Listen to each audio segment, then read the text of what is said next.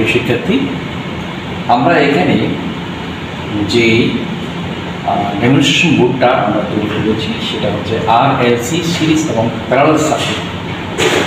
এই যে যথাক্রমে তার ওয়াট, তারপর পাওয়ার ফ্যাক্টর এবং ভোল্টেজ আর অ্যাম্পিয়ার মেজার করা যায় সহজে সেফটিতে, এটা ঠিক আছে। তো আমরা প্রথমত এখানে যে এসি জেনারেটর বলতে পারি আমরা, যেটা বা রেগুলেটর, ভোল্টেজ রেগুলেটর, এটাকে আমরা বিভিন্ন ভোল্টে আমরা মেজার করার জন্য আমরা ঘোরাবো, বিভিন্ন ভোল্টেজ সাপ্লাই দেওয়ার জন্য। এখান থেকে সরাসরি আমাদের এইখানে আসছে, এই সার্কিট ব্রেকার হয়ে এইখানে লাইন আসছে। সো এখান থেকে আমরা একটা পয়েন্ট আমাদের এমিটারে দিলাম, আর এমিটার থেকে সরাসরি আমাদের এই জায়গায় এইখানে চলে আসবে। এই ওয়াট মিটার হয়ে, ওয়াট মিটারের এখানে একটা কাজ আমরা করেছি, যেটা হচ্ছে কি এখানে পি এবং আই, তার মানে I² R যেটা করতে হয় আমরা সেটা করেছি। যেহেতু পি ইকুয়াল টু কি I² R, এই ওয়াটটা বের হবে। এই যে এখান থেকে একটা লাইন আমরা মেইন ইয়াতে এই জায়গায় দিয়ে দিছি, আর এটা সব ঠিক আছে। এটার ডায়াগ্রামটা আমি হয়তো দিলেই আপনারা বুঝতে পারবেন। তো এটা হচ্ছে পাওয়ার ফ্যাক্টর মিটার, এটা পাওয়ার ফ্যাক্টর মিটার। আর এখানে হচ্ছে যে এই যে R, L অ্যান্ড C। তো আর হচ্ছে লোড, আর L হচ্ছে ইন্ডাক্টর, ঠিক আছে। এটা ইন্ডাকটিভ কয়েল বা ক্লাস্টার কয়েল দিয়েছি, আর এখানে C দিয়েছি। তো তিনটা লোডের মধ্যে আমার সিরিজে কানেক্টেড, আর সেজন্য প্রত্যেকটা প্যারালালি ভোল্টেজ এবং টোটাল যে সার্কিটের কারেন্টটা আমরা সেটাই এই জায়গায় এখানে একটু দেখাতে, এখানে আমাদের কত কারণ দেখাচ্ছে এখানে। সো এখানে 0.1 আমাদের কি দেখাচ্ছে, অ্যাম্পিয়ার দেখাচ্ছে।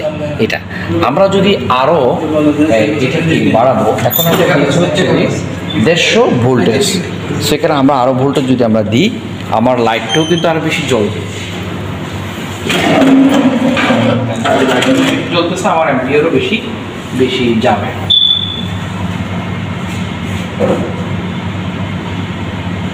হ্যাঁ, অ্যাম্পিয়ারও বেশি আমাদের, যেমন 200 ভোল্টেজ আমরা এখানে দিয়েছি, সে অ্যাম্পিয়ারও প্রায় একটু আমাদের বেশি যাচ্ছে। তো এইভাবে কিন্তু একটা সাধারণত যে RLC যে সার্কিট ডেমনস্ট্রেটর বোর্ড কিন্তু চাইলে আমরা তৈরি করতে পারি।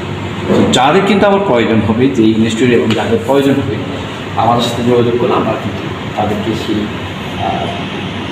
বইটা ডেলিভারি দিতে পারবো বা করে দিতে পারবো, এত দরকার হয়, ঠিক আছে।